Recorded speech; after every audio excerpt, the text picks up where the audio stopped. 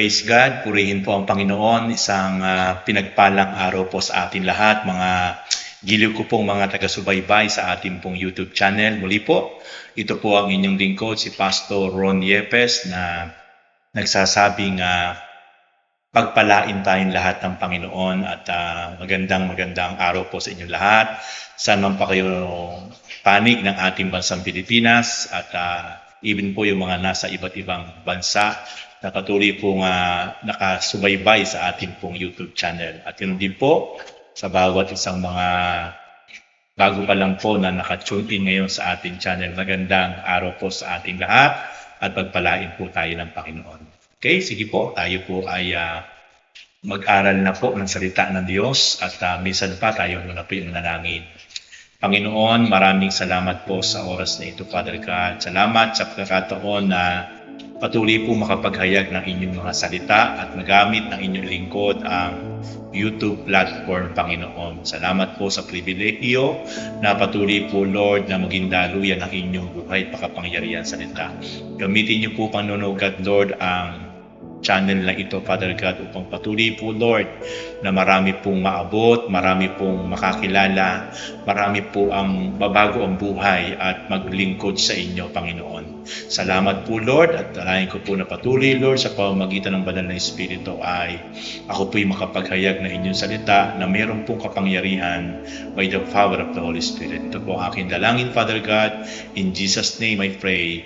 Amen and amen. Praise God. Muli po ay salamat sa Panginoon at ngayon po ay tayo po ay muli ay maghahayag ng salita ng Diyos na patuloy po na maging pagpapala sa ating pong spiritual life. At sa araw na ito ay tayo po ay i-prepare na po natin yung ating pong mga puso, yung ating mga tainga at yung pong ating mga isipan para po sa muli sa isang panibago na naman pong salita ng Diyos, mensahe na ating pong pagsasalu-saluan. Okay, ang aking pong topic na nais pong i-share sa inyo sa araw na ito ay walang iba kundi ang topic po about why did the Lord Jesus come down to earth from heaven? Bakit nga po ba ang ating Panginoong Jesus ay bumaba dito sa lupa mula sa langit? Ano po ba ang dahilan? Ano ang dakilang layunin ng ating Panginoong Hesukristo, ang bugtong na anak ng Diyos Amang Banal na makapangyarihan sa lahat, kung bakit mula sa langit ay bumaba siya dito sa lupa? Ano po ba ang kaniyang layunin? Yan po yung aking nais na ituro sa inyo po sa araw na ito. Okay? Sabi po doon sa aklat ng John chapter 3, verse 33 to 37, sapagkat ang tinapay na galing sa Diyos ay ang bumaba mula sa langit at nagbibigay buhay sa sangkatauhan. Sumagot sila, Ginoo, bigyan po ninyo kami lagi ng tinapay na ito. Sinabi ni Jesus, ako ang tinapay ng buhay. Ang lumalapit sa akin ay hindi magugutom kailanman. At ang sumasampalataya sa akin ay hindi na mauuhaw kailanman. 36. Ngunit sinabi ko na sa inyo, nakita na ninyo ako. Ngunit hindi pa rin kayo sumasampalataya sa akin. Lalapit sa akin ang lahat na ibinigay sa akin ng Ama. At hindi ko itataboy kailanman ang sinumang lumalapit sa akin. So makikita natin po, mga gilid ko po, mga taga-subaybay, dito po sa ating pong palatuntunan sa ating YouTube channel na ang Panginoong Hesukristo po, siya po mismo yung may sabi na siya po yung tinapay na mula sa langit, bumaba sa lupa. At siya po yung tinapay na nagbibigay buhay. At ang sabi nga po ng mga taong kausap niya that time, bigyan sila ng tinapay na nagbibigay buhay. Kaya po ang sabi ng Panginoon, siya po ay nagpakilala na. Ang sabi ng Panginoon, ako ang tinapay ng buhay. Ang lumalapit sa akin ay hindi na magugutom kailanman, at ang sumasampalataya sa akin ay hindi na mauuhaw kailanman. Kaya makikita po natin, hindi pong literal na tinapay ang tinutukoy ng Panginoong Hesus. He is the spiritual bread. Ibig sabihin, ang isang taong tunay na kikilanlin, ang isang taong tunay na sasampalataya sa Panginoong Hesus, ay magkakaroon siya ng isang buhay na ganap at kasiyasiya. Siya ay magkakaroon ng isang buhay na talagang pinagpala mula sa ating Panginoon.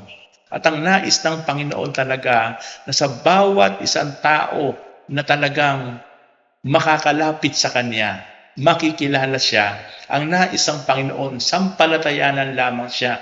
Tanggapin siya bilang personal Lord and Savior. Pero sabi nga ng Panginoon, sinasabi ko sa inyo, sabi ni Jesus sa John chapter 6 verse 36, ngunit sinasabi ko sa inyo, nakita ninyo ako, ngunit hindi pa rin kayo sumasampalataya sa akin. Ibig sabihin, the moment ang isang tao ay talagang nakita ang Panginoong Hesus, nakilala siya, ang nais ng Panginoon, sampalatayanan siya bilang personal Lord and Savior. Kaya sabi niya sa verse 37 ng John chapter 6, lalapit sa akin ang lahat ng ibinibigay sa akin ng Ama, at hindi ko ito itataboy kailanman ang sinumang lumalapit sa akin. Ang totoong naglalapit sa Panginoong Hesus ay walang iba kundi ang Diyos Ama.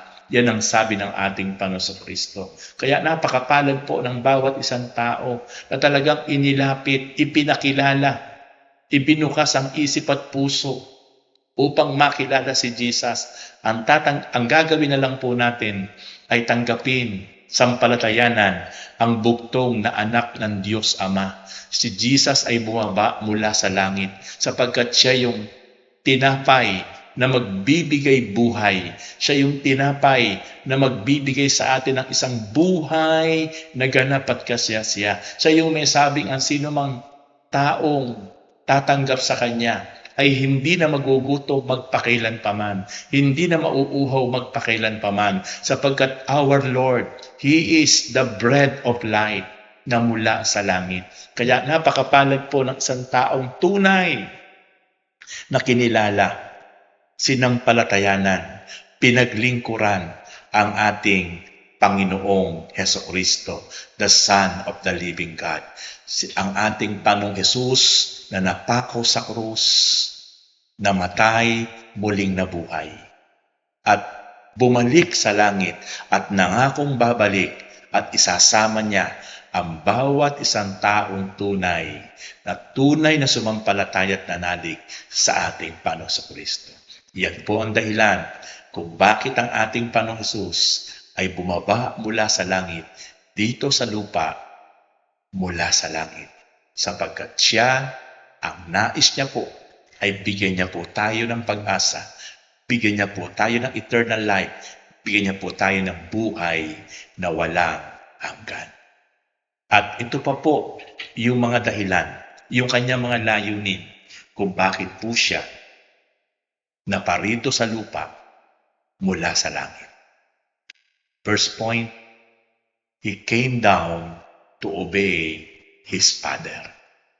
Kung bakit po mula sa langit, siya po'y bumaba dito sa lupa upang sundin niya ang kanyang Ama sa langit. Sumunod siya ng buong puso, buong pag-iisip, bilang siya'y bugtong na anak ng Diyos Amang makapangyarihan sa lahat. Siya po'y isang good example ng isang mabuting anak. Siya po ay good example ng isang huwarang anak. Siya po ay isang good example ng isang masunuring anak sa kanyang ama. Ipinakita po ng ating Panginoong Kristo kung papaano po siya ka-committed, kasubmissive sa kanyang Ama na makapangyarihan sa lahat, na mula sa langit, bumaba sa lupa, galing langit para po ipakita niya sa kanyang Ama at sa ating lahat ang kanyang walang kaparis na kapakumbabaan, katapatan, na pagsunod ng buong galak sa kanyang Ama. Sabi po doon sa aklat ng John chapter 6 verse 38, "For I have come down from heaven, not to do my will, but to do the will of Him who sent me." Sabi ng ating Panginoon, ako ay naparito. Ako ay bumaba mula sa langit dito sa lupa para hindi gawin ang mga gusto ko, para hindi gawin ang mga sarili kong kagustuhan, kundi ang aking gagawin ay yung mga nais at gusto ng nagsugo sa akin na walang iba kundi ang aking Ama. Praise God. Isang napakaganda na pangungusap, prinsipyo na makikita natin sa ating Panginoon sa Kristo. Siya ay buong puso na sumunod sa kanyang Ama nang siya ay isugo dito sa lupa. Mula sa napakagandang sitwasyon, mula sa napakagandang kalagayan doon sa kanyang trono sa kalangitan, pero buong katapatan, buong galang, buong kapakumbabaan ng buktong na anak na walang iba kundi ang ating Panginoon Kristo ay sumunod sa kanyang Ama, bumaba mula sa langit dito sa lupa na makasalanan para lang makasama tayo. At hindi para gawin ang gusto niya, kundi para tupdin, para sundin kung ano ang kalooban ng kanyang Ama.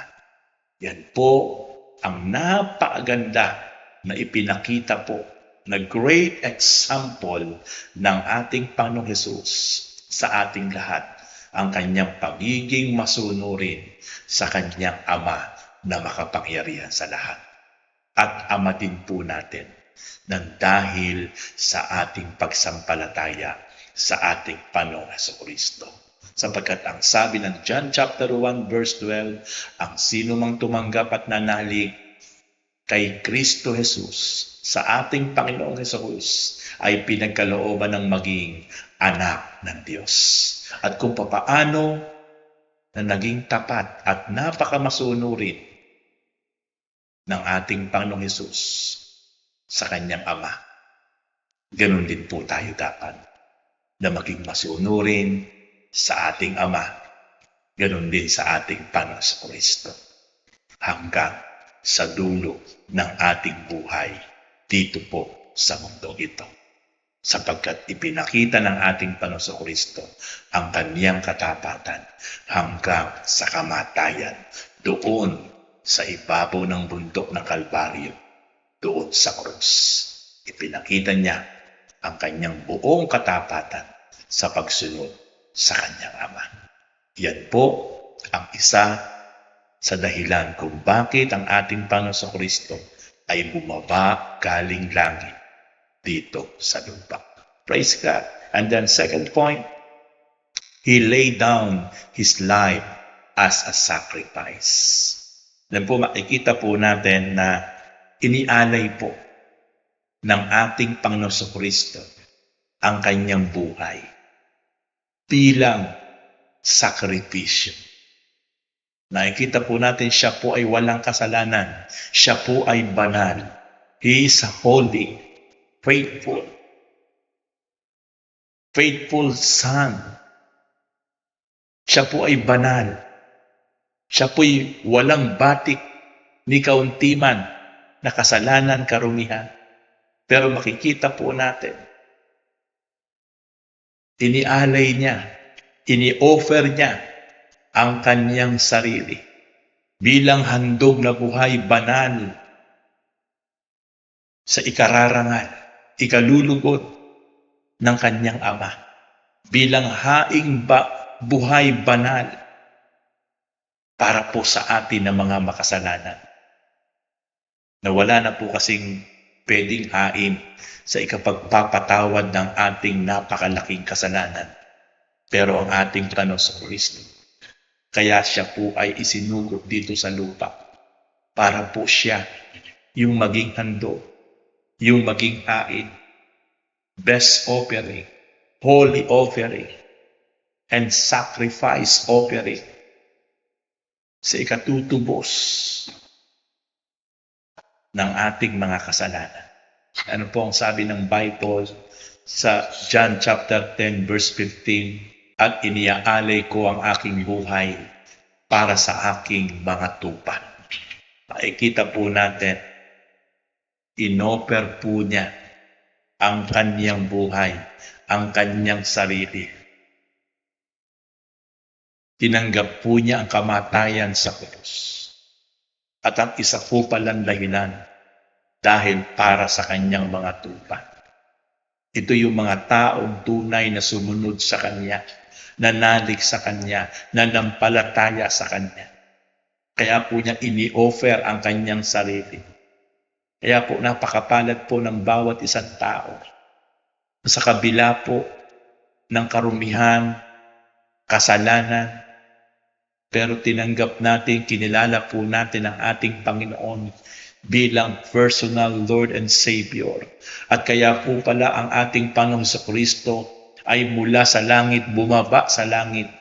Dito po, tumuloy sa lupa para po isacrifice niya ang kanyang sarili. Hindi para sa kanino paman, kundi para sa kanyang mga tupa. At yung mga tupa po niya itong tinutukoy, ito po yung mga taong tunay na nag-alay ng buhay, sumunod sa ating Panginoon ng buong katapatan. Kaya napakalapit po sa puso ng ating Panginoon ang mga taong tunay na sumunod, naglingkod, nanampalataya, nagsisi at tumalikod sa kasalanan, sapagkat grabe po ang ginawang sacrifice ng ating Panginoon. He sacrificed, He offering sacrifice His life para po sa bawat isang mga flocks niya, mga tupa na tunay pong sumunod sa kaniyang nais at kalooban. Yan po ang dahilan kung bakit ang ating Panginoon sa Kristo ay bumaba mula sa langit at dito po tumuloy sa lupa para sa bawat isang mga tupa niya. At nandun po ang pagsunod sa Kanya. And then, third point is, He sat down in resurrection as priest. Makikita po natin, naupo siya. Naupo siya. At sa kanyang muling pagkabuhay, bilang isang saserdote. Sa kanyang muling pagkabuhay, siya ay muling naupo at hindi na bilang isang alipin kundi isang saserdote. High priest sa harapan ng kanyang amang makapangyarihan sa lahat. Ito po ang ating Panginoong Hesus na talagang nandahil sa kanyang kamatayan, nandahil sa kanyang muling pagkabuhay, siya po ang tinutukoy na high priest sa harapan ng ating Panginoon. Sabi po ng Bible, Hebrew chapter 1 verse 3, ang anak ang maningning na sinag ng Diyos. Sapagkat kung ano ang Diyos, ay gayon din ang anak.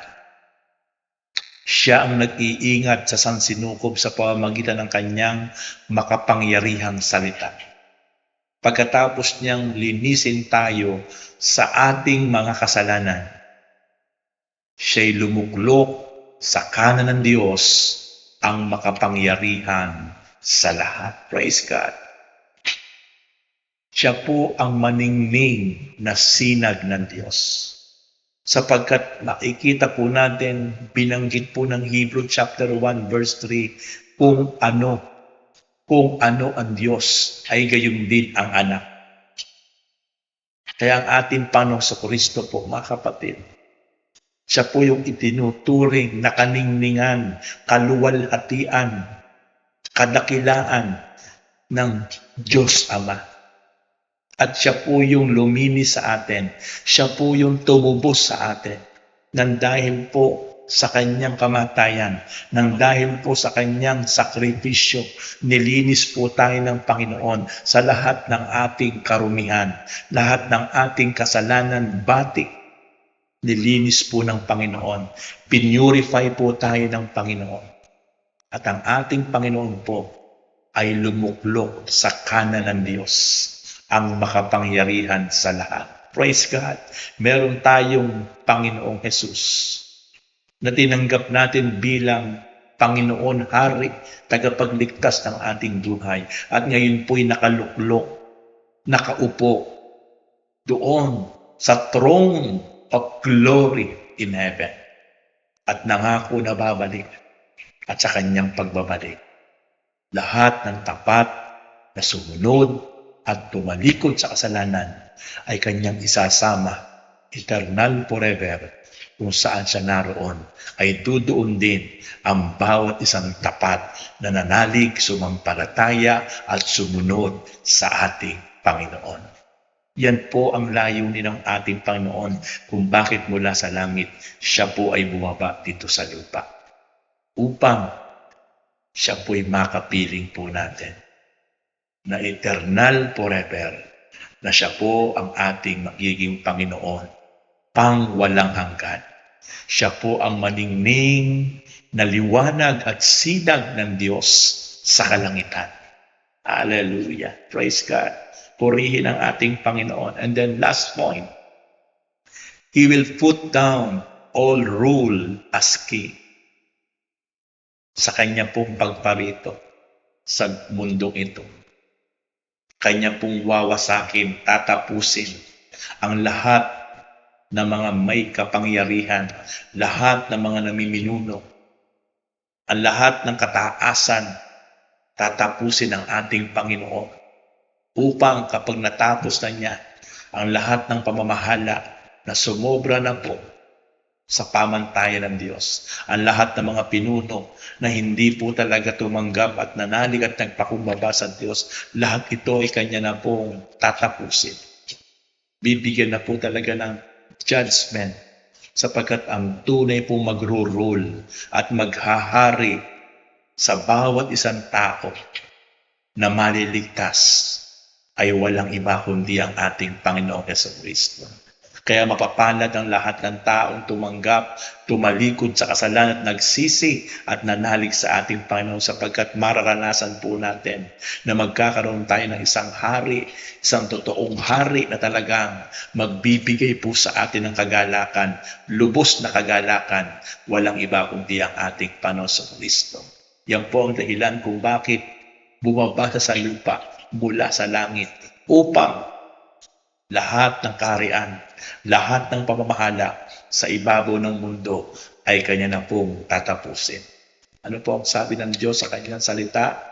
1 Corinthians chapter 15 verse 24, at darating ang wakas kapag naibigay na ni Kristo ang kaharian sa Diyos Ama, pagkatapos niyang malupig ang lahat ng paghahari, pamahalaan at kapangyarihan. Lulupigin ng ating Panginoon lahat ng pamahalaan, lahat ng kapangyarihan, lahat ng paghahari ay kanyang lulupigin, tatapusin, tutuldukan, upang sa panahon iyon, itong mga haring ito, itong mga pamahalaang ito na hindi kumikilala sa tunay na Diyos, sapagkat ang kinikilala lamang nila ay yung kanilang kapangyarihan, tatapusin ng ating Panginoon kapag hindi sa totoong nagsisi at talagang tinanggap ang ating Panginoon bilang tunay na hari. Ay lahat ng pamamahala, lahat ng kaharian, lahat ng pamahalaan ay meron pong katapusan, at ang tunay pong mamamahala sa ibabaw ng mundo, doon sa kalangitan, ay walang iba kundi ang hari ng mga hari, prinsipe ng mga prinsipe, na walang iba kundi ang Panginoong Diyos. Walang iba kundi ang ating Panginoong Kristo. Salamat. Yan po ang salita ng Diyos na sa oras po ito ay ating po napag-aralan. Kapatid, kung ngayon ka pa lamang nakapakinig sa channel na ito, napakapalad mo. Hindi isang aksidente na ikaw ay makapanood sa channel na ito, Pastor Ron Yepes, upang ikaw ay makilala mo ang ating Panginoon. Kapatid, ano man ang relihiyon mo, ang relihiyon ay hindi mahalaga. Ang mahalaga ay ang relasyon natin sa Panginoon Diyos sa pamamagitan ng ating Panginoong Kristo. Hindi ang relihiyon, kapatid, ang magliligtas sa atin, kundi ang magliligtas sa atin doon sa impyerno ay walang iba kundi ang ating Panginoong Hesus, ang bugtong na anak ng Diyos Ama. Kapatid, sa oras na ito, mapakapalad mo, ikaw ay aking inaanyayahan na tanggapin mo ang Panginoong Hesus sa oras na ito. Kilanlin mo siya bilang personal Lord and Savior and King ng buhay mo. Nais kitang tulungan sa panalangin ng pagtanggap o pwede ka ngayong pumikit at sumunod sa panalangin ito upang tulungan kita na tanggapin mo sa pamamagitan ng panalangin na magmumula sa iyong puso't isip. Talagang kinikilala mo, tinatanggap mong Panginoon mula sa araw na ito ang Panginoong Kristo na namatay at napako sa krus muling nabuhay at ngayon ay nangakong babalik. At sa kanyang pagbabalik, ang kanyang babalikan at isasama para maligtas at makapili ng buhay na walang hanggan ay ang mga tao totoong tumanggap at nanalig sa kanya at tumalikod sa kasalanan. Sige kapatid, ipikit mo yung mata mo at sumabay ka sa panalangin ito. Sambitin mo din yung mga sasabihin ko na mula sa puso na may kaseryosohan, may kapakumbabaan. Panginoong Hesus, salamat po sapagkat sa oras na ito, akin pong natagpuan ang inyong salita, akin pong napakinggan ang mabuting balita patungkol sa inyo. Kinikilala kita bilang Panginoon, Hari at tagapagligtas ng aking buhay. Tinatanggap kita bilang Panginoon. Ibinubukas ko po ang pintuan ng aking puso. Inaanyayahan po kita na pumasok sa aking puso at mula po ngayon, ikaw na po ang maghari. Ikaw na po ang masunod sa aking buhay. Salamat po, Panginoon. Ako po ay humihingi ng kapatawaran. Nagsisisi at handa ko po talikuran ang lahat ng aking kasalanan, ginagawang kasalanan, at minanang kasalanan. Patawarin niyo po ako. Linisin niyo po ako ng inyong dugo mula ulo hanggang talampakan. Salamat po, Panginoong Hesus, sa kapatawaran, sa buhay na walang hanggan, sa isang buhay na ganap na akin pong tinanggap mula sa inyo sa oras na ito. Maraming salamat. Ako na lang po ang mananalangin. Lord, salamat po sa oras na ito. Salamat sa bawat isang tumanggap sa inyo. Kumilala sa inyo bilang Panginoon at Hari, tagapagligtas sa kanilang buhay. Dalayan ko po ng bawat isa pong tumanggap sa inyo, Panginoon. Saan man siyang panig ng bansang Pilipinas o saan man siyang panig ng mundo. Dalayan ko po, Father God, na patuloy niyo po silang ingatan, katagpuin, O God, ang kanilang mga pangangailangan. Kayo po ang patuloy pong umakay sa kanila, patungo po sa inyong landas, Panginoon, upang patuloy papulod na makilala po nila kayo sa mas malalim at biblikal na kaparaanan sa pamamagitan po ng gabay ng banal na Espiritu. Dalangin ko po, Father God, na patuloy gumalaw kayo sa buhay nila. Maranasan po nila patuloy po, Panginoon God, Lord, ang kasabikan, ang kauhawan sa paikinig, sa panunood ng inyong mga salita, ng inyong mga mensahe, Panginoon God. Hallelujah.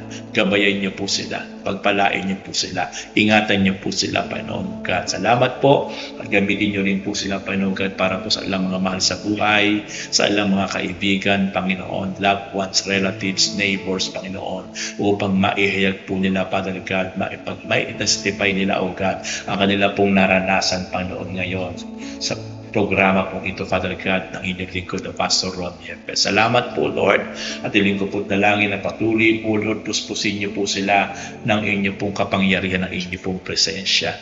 Dalangin ko din po ang bawat isang mga kapatid na patuloy nakasubaybay sa programang ito, Panginoon. Lord, ingatan niyo po ang bawat isang mga kapatid sa lahat na silang panig ng bansang Pilipinas, sa mga silang panig ng mundo, Panginoon. O God, dalangin ko po na patuloy ang inyong guidance and protection maranasan po nila.